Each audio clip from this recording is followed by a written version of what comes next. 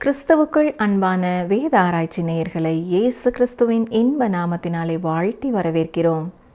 கடந்த நிகழ்ச்சியிலே நாம் 22ஆம் சங்கீதம் 19ஆம் வசனம் முதல் 23ஆம் சங்கீதம் 6ஆம் வசனங்கள் வரை கற்றுக்கொண்டோம். அந்த பாடத்திலே 22ஆம் சங்கீதத்தில் இயேசு கிறிஸ்து நல்ல மேய்ப்பராய் இருக்கிறார். 23ஆம் சங்கீதம் அவரை பிரிய மேய்ப்பனாக நமக்கு காட்டுகிறது. 24ஆம் சங்கீதத்தில் நாம் இயேசுவை பார்க்கும்போது அவர் பிரதான மேய்ப்பராய் இருக்கிறார். மேலும் 22ஆம் சங்கீதத்தில் ஆடுகளுக்காக தன் ஜீவனை கொடுக்கிறார். 23ஆம் சங்கீதத்தில் ஆடுகளுக்காக தன் அன்பை கொடுக்கிறார். 24ஆம் சங்கீதத்தில் அவர் மீண்டும் வரும்போது அவருடைய வெளிச்சத்தை நமக்கு கொடுக்க போகிறார் என்று கற்றுக்கொண்டோம். மேலும் 22ஆம் சங்கீதத்தில் அவர் மரிக்கிறார். 23ஆம் சங்கீதத்தில் அவர் ஜீவிக்கிறார். 24ஆம் சங்கீதத்தில் அவர் திரும்ப வரப்போகிறார் என்றும் கற்றுக்கொண்டோம். இன்று நாம் 24ஆம் சங்கீதம் முதல் 26ஆம் சங்கீதம் வரை கற்றுக்கொள்ள இருக்கிறோம். இந்த பாடத்திலே கிரீடத்தின் சங்கீதம் என்று அழைக்கப்படுவது எது? யார் அந்த மகிமையின் ராஜா? இரக்கத்திற்கும் காருண்யத்திற்கும் உள்ள வித்தியாசம் என்ன என்பதை கற்றுக்கொள்ளப் போகிறோம். ஆயத்தமாகிவிட்டீர்களா?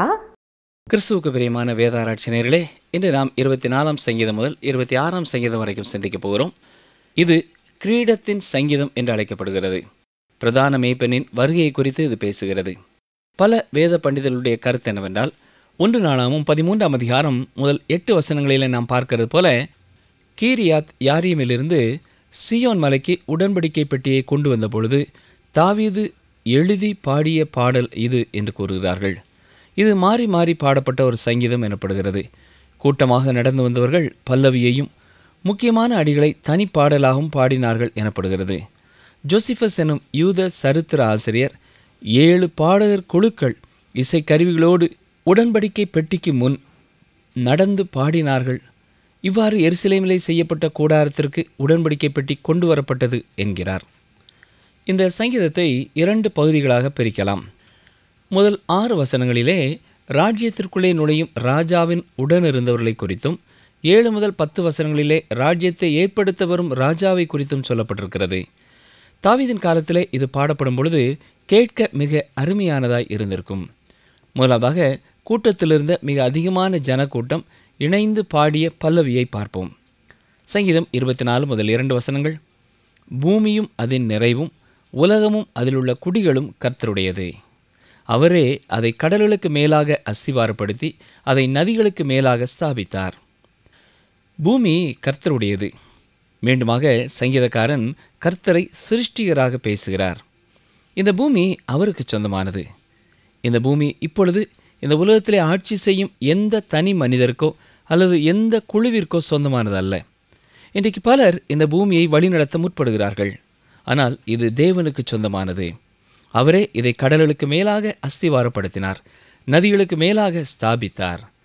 சிருஷ்டிப்பின் 3வது நாள் தேவன் வானத்தின் கீழே இருக்கிற ஜலம் ஓரிடத்தில் சேரவும் வெட்டாந்தரை காணப்படவும் கடவுது என்றார். அது அப்படியே ஆயிற்று. தேவன் வெட்டாந்தரைக்கு பூமி என்றும் சேர்ந்த ஜலத்திற்கு சமுத்திரம் என்றும் பெயரிட்டார். தேவன் அது நல்லது என்று கண்டார். இது மரணத்திலிருந்து ஜீவன் வந்தது போல இது உயிர்த்தெழுதலை குறித்து பேசுகிறது என்று சொல்லலாம். இப்பொழுது தனியாக பாடப்படும் பகுதியை கவனியுங்கள். சங்கீதம் 24:3. யார் கர்த்தருடைய பர்வதத்தில் ஏறுவான்? யார் அவருடைய பரிசுத்த ஸ்தலத்தில் நிலைத்திருப்பான்? இவ்வாறு தனியாக ஒரு பாடகர் கேட்ட கேள்விக்கு மற்றொரு பாடகர் சொல்லும் பதிலையும் பார்ப்போம். சங்கீதம் 24:4. கைகளில் சுத்தமுள்ளவனும் இருதயத்தில் மாசில்லாதவனுமாயிருந்து தன் ஆத்துமாவை மாயைக்கு ஒப்பு கொடாமலும் கபடாய் ஆணையிடாமலும் இருக்கிறவனே. இந்த வசனத்தை நாம் நன்றாக கவனித்து பார்த்தால் நம்மிலே எவருமே கர்த்தருடைய பர்வதத்திலே ஏற முடியாது என்றுதான் சொல்ல வேண்டும். ஆனால் பிரியமானவர்களே, நம்மிலே பலர் அங்கே செல்ல போகிறோம். காரணம் என்ன? கிறிஸ்துவிலே நாம் அங்கே செல்ல போகிறோம்.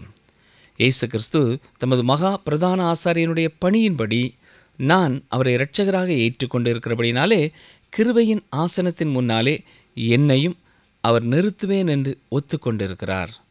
மீண்டுமாக யாவரும் இணைந்து பாடுகிற பகுதியை கவனிப்போம். சங்கீதம் 24:5-6 வசனங்கள். அவன் கர்த்தரால் ஆசீர்வாதத்தையும் தன் இரட்சிப்பின் தேவனால் நீதியையும் பெறுவான். இதுவே அவரை தேடி விசாரித்து அவருடைய சமூகத்தை நாடுகிற யாக்கோபு என்னும் சந்ததி. 7வது வருகிற வசனம் அவர்கள் எருசலேமிற்குள்ளே நுழையும் பொழுது பாடப்பட்ட வரிகளாய் இருக்கிறது. பாருங்கள், வாசல்களே உங்கள் தலைகளை உயர்த்துங்கள், அநாதி கதவுகளை உயருங்கள், மகிமையின் ராஜா உட்பிரவேசிப்பார். இப்பொழுது வாசல்களில் நிற்கிற ஒருவர் ஒரு கேள்வி எழுப்புகிறார். யார் அந்த மகிமையின் ராஜா? இப்பொழுது பல்லவியை பாடும் அத்தனை பேரும் இணைந்து பாடுகிறார்கள். 8, 9 வசனங்கள். யார் இந்த மகிமையின் ராஜா? அவர் வல்லமையும் பராக்கிரமமும் உள்ள கர்த்தர். அவர் யுத்தத்தில் பராக்கிரமமும் உள்ள கர்த்தராமே. வாசல்களே உங்கள் தலைகளை உயர்த்துங்கள், அநாதி கதவுகளே உயருங்கள், மகிமையின் ராஜா உட்பிரவேசிப்பார். இப்பொழுது மீண்டுமாக வாசலிலே நிற்கும் ஒருவன் ஒரு கேள்வியை எழுப்புகிறான். யார் அந்த மகிமையின் ராஜா? மீண்டுமாக பாடகர் குழுவும் இசை கருவிகளும் வாசிக்கப்பட அத்தனை பேருமாய் சேர்ந்து பாடுகிறார்கள். வசனம் 10. யார் இந்த மகிமையின் ராஜா? அவர் சேனைகளின் கர்த்தரானவர், அவரே மகிமையின் ராஜா. அருமையானவர்களே, இந்த சங்கீதம் 2 சம்பவங்களை நமக்கு நினைப்பூட்டுகிறது. முதலாவதாக இயேசு கிறிஸ்து பரலோகத்திற்கு திரும்பிச் சென்ற காட்சியை நமக்கு காட்டுகிறது. இரண்டாவதாக அவர் பூமிக்கு திரும்பி வரும் காட்சியையும் நமக்கு காண்பிக்கிறது. வாசல்களே உங்கள் தலைகளை உயர்த்துங்கள், அநாதி கதவுகளே உயருங்கள், மகிமையின் ராஜா உட்பிரவேசிப்பார். யார் அது? இந்த உலகம் அதை அறியாது. ஆனால் இந்த சங்கீதம் அதற்கான விடையை கொடுக்கிறது. யார் அந்த மகிமையின் ராஜா? அவர் வல்லமையும் பராக்கிரமமும் உள்ள கர்த்தர். அவர் யுத்தத்தில் பராக்கிரமமும் உள்ள கர்த்தர். அதன் பின் கதவுகள் அடைக்கப்பட கட்டளை பிறப்பிக்கப்படும். மகிமையின் ராஜா உட்பிரவேசிப்பார். சரி, இந்த மகிமையின் ராஜா இப்பொழுது அங்கே இல்லை. இந்த உலகம் அவரை புறக்கணித்து விட்டது. யார் அந்த மகிமையின் ராஜா? அவர் வல்லமையும் பராக்கிரமமும் உள்ள கர்த்தர். அவர் யுத்தத்தில் பராக்கிரமமும் உள்ள கர்த்தர்.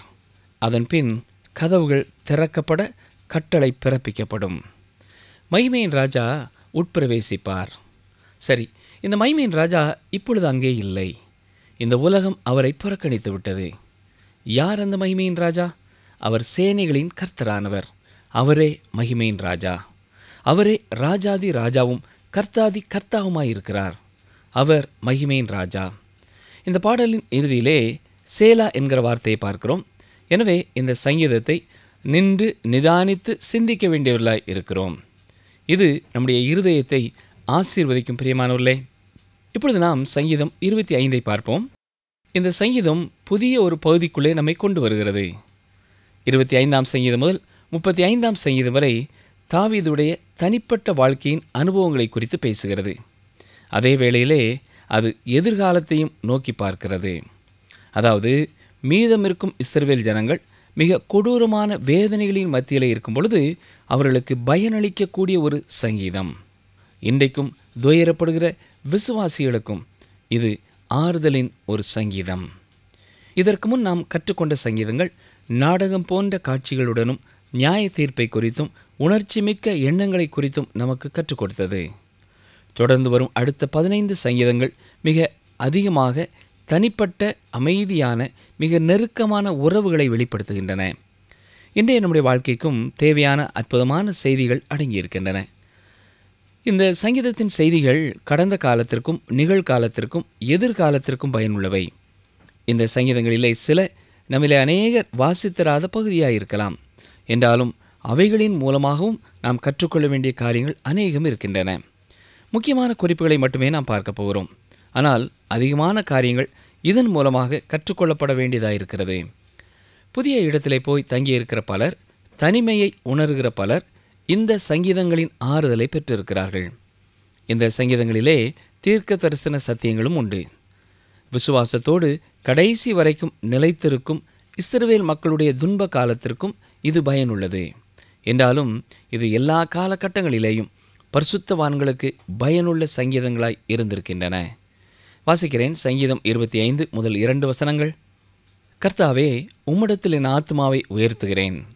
என் தேவனே, உம்மை நம்பியிருக்கிறேன். நான் வெட்கப்பட்டு போகாதபடி செய்யும். என் சத்துருக்கள் என்னை மேற்கொண்டு மகிழ விடாதேயும். இது தேவன் மேலே தாவீது எவ்வளவாக சார்ந்திருந்தார் என்பதை காட்டும் ஒரு ஜெபம். ஒரு காலகட்டத்திலே சகல இஸ்ரவேலரும் இதை அனுபவிக்கப் போகிறார்கள். காலம் ஒன்று வரும், அப்பொழுது இஸ்ரவேல் ஜனங்கள் தேவனை தவிர ஒருவர் மேலும் சார்ந்து கொள்ள முடியாது என்பதை கற்றுக்கொள்ளப் போகிறார்கள். ஆம் பிரியமானவர்களே, நம்முடைய வாழ்க்கையிலேயும் அப்படிப்பட்ட ஒரு நிலைமைக்கு வருவதை சிறந்தது. தாவீது சொல்லும் பொழுது, கர்த்தாவே, உம்மிடத்தில் என் ஆத்துமாவை உயர்த்துகிறேன் என்கிறார். இது அவருடைய வாயின் வார்த்தைகள் மட்டுமல்ல, அவருடைய ஆத்துமா பேசுகிறது. தொடர்ந்து என்ன சொல்கிறார்? என் தேவனே, உம்மை நம்பியிருக்கிறேன், நான் வெட்கப்பட்டு போகாதபடி செய்யும். என் சத்துருக்கள் என்னை மேற்கொண்டு மகிழ விடாதேயும் என்கிறார். பிரியமானவர்களே, உங்களுடைய வாழ்க்கையில் என்றாவது நீங்கள் இப்படிப்பட்ட ஒரு சூழ்நிலையில் இருந்ததை உணர்ந்திருக்கிறீர்களா? எல்லாம் ஒரு தோல்வி போல தொடர்ந்து வருகிறதே, வெற்றி எங்கே என்ற ஒரு கேள்வியோடு இருந்திருக்கிறீர்களா? முழுவதும் நீங்கள் தோற்கடிக்கப்பட விரும்பவில்லை. இது ஒருவேளை உங்களுடைய தனிப்பட்ட வாழ்க்கையிலே இருக்கலாம், அல்லது உங்களுடைய வியாபாரத்திலே அப்படி இருந்திருக்கலாம், அல்லது உங்கள் வீட்டின் சூழ்நிலையிலே அப்படிப்பட்ட ஒரு நிலைமைக்கு நீங்கள் சென்றிருக்கலாம், அல்லது உங்கள் திருச்சபை வாழ்க்கையிலே நீங்கள் அப்படிப்பட்ட ஒரு நிலைமைக்கு தள்ளப்பட்டிருக்கலாம். ஆண்டவரே, என் சத்துருக்கள் என்னை மேற்கொண்டு மகிழ விடாதேயும் என்று திரும்ப திரும்ப ஜெபித்த நேரங்கள் உண்டா? சங்கீதம் 25:3, உம்மை நோக்கி காத்திருக்கிற ஒருவரும் வெட்கப்பட்டு போகாதபடி செய்யும். முகாந்திரமில்லாமல் துரோகம் பண்ணுகிறவர்களே வெட்கப்பட்டு போவார்களாக. இவ்வாறு கூறிவிட்டு தேவனிடத்திலே எதை கெஞ்சி கேட்கிறார் பாருங்கள். சங்கீதம் 25:4, கர்த்தாவே, உம்முடைய வழிகளை எனக்கு தெரிவியும், உம்முடைய பாதைகளை எனக்கு போதித்தருளும். கஷ்டமான நேரங்களிலே, நெருக்கமான நேரங்களிலே மட்டும் இப்படி நாம் ஜெபிக்க வேண்டும் என்பதல்ல. அனுதினமும் அவருடைய பாதையை அறிந்து நடப்பதே சிறந்தது. மனிதன் செல்லக்கூடிய 2 பாதைகள் உண்டு. ஒன்று தேவனுடைய பாதை, அடுத்தது சொந்த பாதை.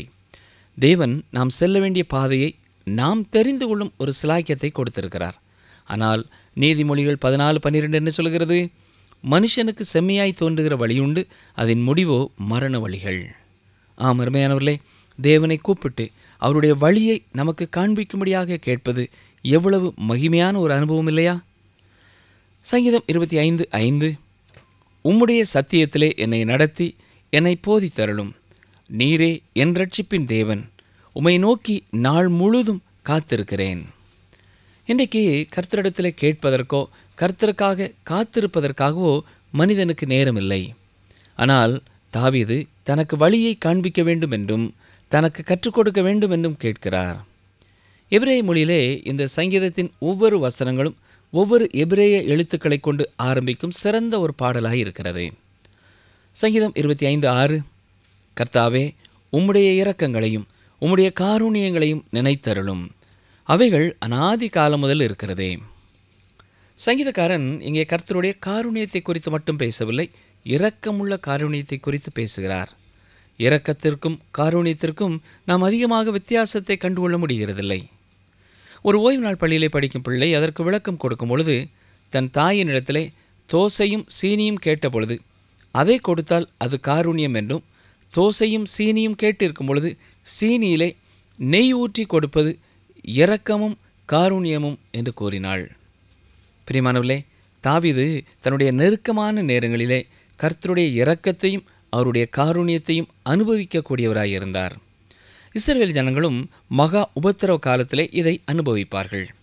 இன்றைக்கு நமக்கும் அவருடைய காருண்யமும் இரக்கமும் தேவையானதாயிருக்கிறது. சங்கீத புத்தகத்தையும் பவுல் அப்போஸ்தலன் ரோமருக்கு எழுதிய நிருபத்தையும் படிக்கும் பொழுது, இஸ்ரவேல் மக்களுக்காக எதிர்காலத்திலே தேவன் ஒரு திட்டம் வைத்திருக்கிறார் என்பதை நாம் கண்டுகொள்ளாமல் இருக்க முடியாது. தேவன் தன்னுடைய ஜனங்களிடத்திலே இன்னமும் செயல்பட்டு முடிக்கவில்லை. சங்கீதம் 25:7 பாருங்கள். என் இளவயதின் பாவங்களையும் என் மீறுதல்களையும் நினையாதிரும். கர்த்தாவே, உம்முடைய தயவின் நிமித்தம் என்னை உமது கிருபையின்படியே நினைத்தருளும். தாவீது தேவனிடத்திலே அவருடைய இரக்கத்தையும் காருண்யத்தையும் மட்டும் கேட்கவில்லை, சில காரியங்களை தேவன் மறந்துவிட வேண்டும் என்றும் கேட்கிறார். அது என்ன? என் இளவயதின் பாவங்களையும் என் மீறுதல்களையும் நினையாதிரும். தொடர்ந்து கர்த்தரிடத்திலே அவருடைய தயவிற்காகவும் கிருபைக்காகவும் ஜெபிக்கிறார். இந்த இரண்டிலேயும் தேவன் ஐஸ்வர்ய சம்பன்னர். இன்றைக்கு நமக்கு போதுமான அளவு அவர் கிருபையையும் தயவையும் தருகிறார். உங்களை குறித்து எனக்கு தெரியாது, ஆனால் எனக்கு அவருடைய இரக்கமும் அவருடைய தயவும் அவருடைய கிருபையும் மிக மிக தேவை. என் ஜீவனுள்ள நாளெல்லாம் நன்மையும் கிருபையும் என்னை தொடரும். இப்பொழுது தேவன் மேல் உள்ள நம்பிக்கையை எவ்வாறு வர்ணிக்கிறார் பாருங்கள். இந்த சங்கீதத்தின் 2வது பகுதியிலே தாவீது தேவன் மேல் இருக்கிற தனது உறுதியான நம்பிக்கையை குறித்து அறிக்கை செய்கிறார். சங்கீதம் 25, 8, 9 வசனங்கள். கர்த்தர் நல்லவரும் உத்தமருமாயிருக்கிறார், ஆகையால் பாவிகளுக்கு வழியை தெரிவிக்கிறார். சாந்த குணமுள்ளவர்களை நியாயத்திலே நடத்தி சாந்த குணமுள்ளவர்களுக்கு தமது வழியை போதிக்கிறார்.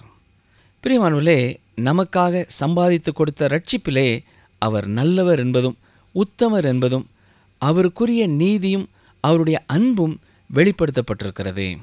வசனம் 11. கர்த்தாவே, என் அக்கிரமம் பெரிது, உம்முடைய நாமத்தின் நிமித்தம் அதை மன்னித்தருளும். கிறிஸ்துவின் நிமித்தமாகவே தேவன் நம்மை மன்னித்தாரே ஒழிய நமக்காக நம்மை மன்னிக்கவில்லை. நானோ நீங்களோ மன்னிப்பை பெற்றுக்கொள்ள தகுதி உள்ளவர்கள் அல்ல. தேவன் தாவீதை மன்னித்தார் என்பதை நாம் அறிந்திருக்கிறோம். நாமும் இயேசு கிறிஸ்துவை விசுவாசிக்கும் பொழுது நம்மையும் தேவன் மன்னிக்கிறார். ஒரு ஆலயத்திலே ஒரு மனிதன் ஒரு நாள் தன்னுடைய போதகரிடத்திலே போய், ஐயா, தேவன் ஏன் தாவீதை போன்ற ஒரு மனிதனை தெரிந்து கொண்டார்? அவர் எவ்வளவு பெரிய பாவம் செய்தவர் என்று கூறினார். அதற்கு அந்த போதகர் கொடுத்த பதில் என்ன தெரியுமா? அருமையான சகோதரனே, அந்த குறிப்பிட்ட காரியத்தை குறித்து நாம் மிகுந்த ஆறுதல் பெற்றவர்களாக இருக்க வேண்டும். ஏனென்றால் தாவீதை தேவன் ரட்சிக்க முடியும் என்றால் என்னையும் உங்களையும் அவர் ரட்சிக்க ஒரு வாய்ப்பு இருக்கிறது என்று கூறினார். தனது ஜனங்களை குறித்த எதிர்கால காரியங்களை குறித்து சொல்லும் பொழுது இஸ்ரவேலை குறித்து தேவன் இவ்விதமாய் சொல்லியிருக்கிறார். கவனியங்கள், வாசிக்கிறேன். எரேமியா 31:34. நான் அவர்கள் அக்கிரமத்தை மன்னித்து அவர்கள் பாவங்களை இனி நினையாதிருப்பேன். தொடர்ந்து சங்கீதம் 25:14 வாசிக்கிறேன். கர்த்தருடைய ரகசியம் அவருக்கு பயந்தவர்களிடத்தில் இருக்கிறது, அவர்களுக்கு தம்முடைய உடன்படிக்கையை தெரியப்படுத்துவார். இன்று அநேக கிறிஸ்தவர்களுடைய வாழ்க்கையிலே கேள்விக்குறிகள் இருக்கின்றன. ஏதோ ஒரு வசனத்தை குறித்து தேவன் இதை ஏன் செய்தார், அதை ஏன் செய்தார் என்று கேள்விக்குறியோடு வாழுகிறார்கள். ஆனால் பிரியமானவர்களே, இந்த 14ஆம் வசனத்திலே நான் வாசிக்கிறது என்ன? கர்த்தருடைய ரகசியம் அவருக்கு பயந்தவர்களிடத்தில் இருக்கிறது. கர்த்தருக்கு பயப்படுகிற பயம் நம்மிலே வளர வளர கர்த்தருடைய வார்த்தைகளை குறித்த கேள்விக்குறிகள் குறைந்து கொண்டே செல்லும். நாம் கர்த்தரோடு நடக்கும் பொழுது பல வேளைகளிலே கேள்வி கேட்க வேண்டியதில்லை. சிறு பிள்ளைகளை நீங்கள் கரம் பற்றி அழைத்து செல்வீர்கள் என்றால் வெளியே செல்லும் பொழுது பல கேள்விகளை கேட்டுக்கொண்டே வருவார்கள். ஒரு குறிப்பிட்ட நேரம் வந்த பின்னர் கேள்விகள் எல்லாம் முடிவடைந்துவிடும். அவர்களை தூக்கி அரவணைத்து கொண்டு வரும்பொழுது திருப்தியோடு அவர்கள் வருவார்கள். கேள்வி நேரம் முடிவடைந்து விட்டது, அவர்கள் திருப்தி அடைந்து விட்டார்கள். நம்முடைய வாழ்க்கையிலையும் இருக்கிற கேள்விகளை மறந்து அவரை அரவணைத்து கொண்டு அவருடைய கரத்தை பற்றி அவரோடு நடக்க பயில்வோம் என்றால் அது மகிழ்ச்சி நிறைந்தது. இந்த சங்கீதத்தின் இறுதி பகுதிக்கு நாம் வரும்பொழுது மீண்டுமாக எதிர்காலத்திலே இஸ்ரவேலர் சந்திக்கப் போகிற பாடுகளை குறித்தும் பெற்றுக்கொள்ளப் போகிற விடுதலையை குறித்தும் பார்க்க போகிறோம். சங்கீதம் 25:15 முதல் 17 வரை வாசிக்கிறேன். என் கண்கள் எப்பொழுதும் கர்த்தரை நோக்கி கொண்டிருக்கிறது, அவரே என் கால்களை வலைக்கு நீங்களாக்கி விடுவார். என் மேல் நோக்கமாகி எனக்கு இறங்கும். நான் தனித்தவனும் சிறுமைப்படுகிறவனுமாயிருக்கிறேன். என் இருதயத்தின் வியாகுலங்கள் பெருகி இருக்கிறது. என் இடுக்கண்களுக்கு என்னை நீங்களாக்கிவிடும். மீதம் இருக்கிற இஸ்ரவேல் ஜனங்களுக்கு வரப்போகும் பாடுகள் மத்தியிலே அவர்கள் ஏறெடுக்கும் ஒரு அற்புதமான ஜெபமாய் இது இருக்கும். நாமும் பாடுகளின் வழியாக கடந்து வரும் பொழுது பயன்படுத்தக்கூடிய சிறந்த ஜெபம் இது. சங்கீதம் 25:18. என் துன்பத்தையும் என் வருத்தத்தையும் பார்த்து என் பாவங்களை எல்லாம் மன்னித்தருளும். இது எத்தனை உண்மை இல்லையா? பிரியமானவர்களே, கஷ்டங்கள், துன்பங்கள், வேதனைகளை நாம் சந்திக்கும் பொழுது உள்ளத்தின் ஆழத்திலிருந்து திரும்ப திரும்ப பாவ அறிக்கையை ஏறெடுக்கிறவர்களாக இருக்கிறோம். வசனங்கள் 19 முதல் 21 வரை வாசிக்கிறேன்.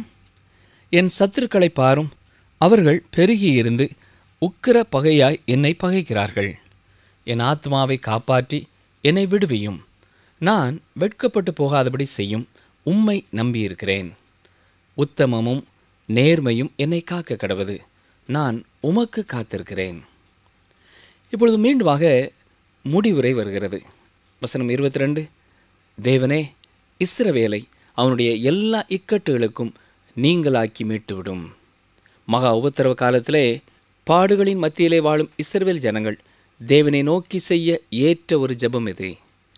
இப்பொழுதும் உலகத்திலே கர்த்தருடைய பிள்ளைகளாக வாழுகிறவர்களுடைய வாழ்க்கையிலேயும் பிரச்சனைகளும் துன்பங்களும் வருகிறது. இதுவே நாமும் ஜெபத்திலே பயன்படுத்தக்கூடிய வார்த்தைகள். இப்பொழுது நாம் 26ஆம் சங்கீதத்தை பார்ப்போம். 25ஆம் சங்கீதத்திலே தாவீது தன்னுடைய பாவங்களை அறிக்கை செய்தார். இந்த சங்கீதத்திலே தன்னுடைய நீதியை குறித்து பேசுகிறார். தாவீதுடைய வாழ்க்கையிலே நீதி இருந்தது. உங்களை குறித்து எனக்கு தெரியாது, எனக்கும் பூரணமான நீதி உண்டு. ஆனால் அது என்னுடைய நீதி அல்ல, எனக்கு கொடுக்கப்பட்டிருக்கிற நீதி. 2 கொரிந்தியர் 1ஆம் அதிகாரம் 31ஆம் வசனத்திலே அவரே தேவனால் நமக்கு ஞானமும் நீதியும் பரிசுத்தமும் மீட்புமானார் என்று வாசிக்கிறோம். சங்கீதம் 26 முதல் 2 வசனங்கள். கர்த்தாவே, என்னை நியாயம் விசாரியும், நான் உத்தமத்திலே நடக்கிறேன். நான் கர்த்தரை நம்பியிருக்கிறேன், ஆகையால் நான் தள்ளாடுவதில்லை. கர்த்தாவே, என்னை பரீட்சித்து என்னை சோதித்து பாரும், என் உள்ளின் திரியங்களையும் என் இருதயத்தையும் புடமிட்டு பாரும். தாவீதுடைய நடக்கையை குறித்து பேசும் ஒரு சங்கீதம் இது. தாவீது ஒரு பாவம் செய்தார், ஆனால் தொடர்ந்து அவர் பாவத்திலே வாழவில்லை. தாவீது ஒரு நாள் செய்த பாவத்தை பாபிலோனின் ராஜா அனுதினமும் செய்து வந்தான். தாவீதின் வாழ்க்கையின் மற்ற எல்லா பகுதிகளும் சிறந்ததாக இருக்கிறபடினாலே அவருடைய பாவம் மிக பெரிதாய் தெரிகிறது. அவரை தொடர்ந்து வந்த ராஜாக்களுடைய வாழ்க்கையை அளக்கும் ஒரு அளவுகோலாக தேவன் தாவீதை பயன்படுத்தினார் என்றால் சற்றே எண்ணி பாருங்கள். தாவீது தேவனால் ஏற்றுக்கொள்ளப்பட்ட நல்ல ராஜா என்று சொல்லப்பட்டிருக்கிறது. இந்த சங்கீதம் 1வது சங்கீதத்தை நமக்கு நினைப்பூட்டுகிறது. இப்பொழுது எப்படி ஆரம்பமாகிறது? கர்த்தாவே, என்னை நியாயம் விசாரியும்.